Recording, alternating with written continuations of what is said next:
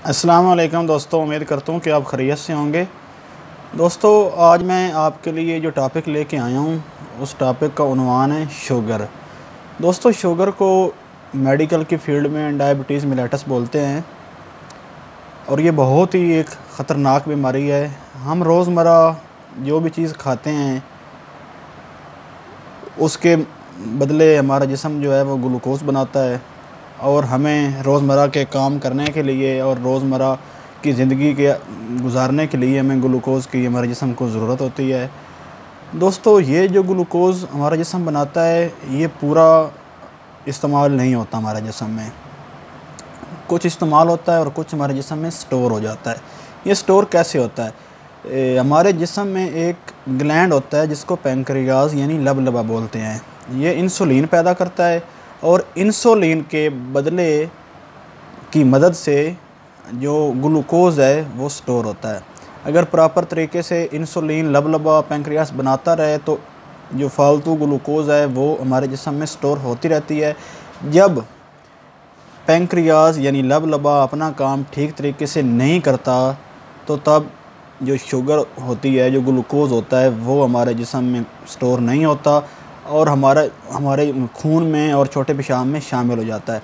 जब ब्लड में ग्लूकोज़ की मिक़दार नॉर्मल से ज़्यादा हो जाए तो इस हालत को हम बोलते हैं कि मरीज़ को शुगर हो गई है।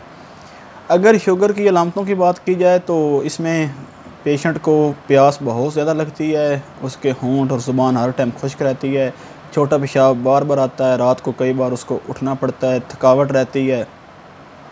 तो ये अगर अलामतें हों तो शुगर का टेस्ट जो है वो ज़रूर करवाना चाहिए। तो अगर इसके इलाज की बात की जाए तो इलाज से बेहतर जो है वो इसकी परहेज़ है। आप मीठी चीज़ें जो हैं वो हर बंदा जानता है कि शुगर में नहीं खानी चाहिए। कुछ फ्रूट हैं जो खाए जाते हैं और कुछ है जो नहीं खाए जाते। फ्रूट्स में आप जो है दूसरा आड़ू वो खा सकते हैं। इसके अलावा आप अमरूद खा सकते हैं। अमरूद के अलावा जो है आप रोज़ाना एक स्लाइस जो है वो आप मैंगो का भी खा सकते हैं, लेकिन ज़्यादा मिक़दार में मैंगो आपने नहीं खाना।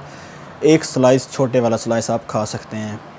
इसके अलावा जो है आप एक दिन में एक सेब खा सकते हैं। एक्सरसाइज़ को अपनी रूटीन बनाएं और बेकरी की जो मसनूआत हैं जैसे बिस्किट और बाकी चीज़ें हैं, केक वगैरह, रस वगैरह, ये आपने बिल्कुल भी नहीं खाने। ये शुगर के लिए बहुत ज़्यादा नुकसानदेह होते हैं।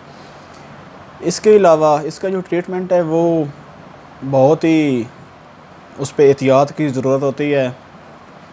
ख़ुद से ट्रीटमेंट नहीं लेना चाहिए, टेस्ट करवा के प्रॉपर डॉक्टर के मशवरे के मुताबिक इसका इलाज करना चाहिए।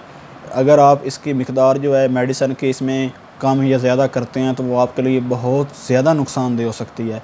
मिसाल के तौर पे मैं आपको छोटी सी मिसाल देता हूँ कि जब आप शुगर की मेडिसिन ज़्यादा मिक़दार में ले लेते हैं या आप टेस्ट नहीं करते या वैसे ही खा लेते हैं, आपकी शुगर मेंटेन होती है पहले ही और आप शुगर की कोई मेडिसिन खा लेते हैं तो उससे आपका शुगर लेवल जो है वो बहुत ज़्यादा लो हो जाता है, जिसको हम मेडिकल की ज़ुबान में हाइपोग्लाइसीमिया बोलते हैं।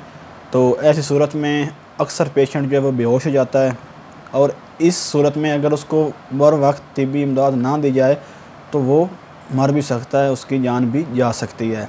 तो शुगर का जो पेशेंट है उसको चाहिए कि वो डॉक्टर के नुस्खे के मुताबिक मेडिसिन इस्तेमाल करे, उसके बगैर बिल्कुल भी ना मेडिसिन इस्तेमाल करे, इससे उसका नुकसान हो सकता है।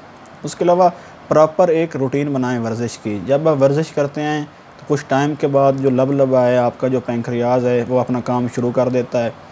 वर्जिश ना होने की वजह से शुगर होने के बहुत ज़्यादा चांस जो हैं वो बढ़ जाते हैं।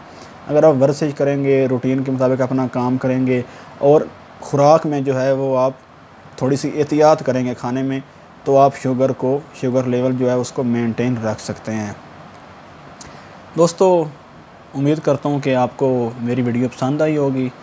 अगर वीडियो पसंद आए तो मेरे चैनल को सब्सक्राइब ज़रूर करें और वीडियो को लाइक करें। इंशाअल्लाह बहुत जल्द किसी अच्छे टॉपिक के साथ हाज़िर होऊंगा।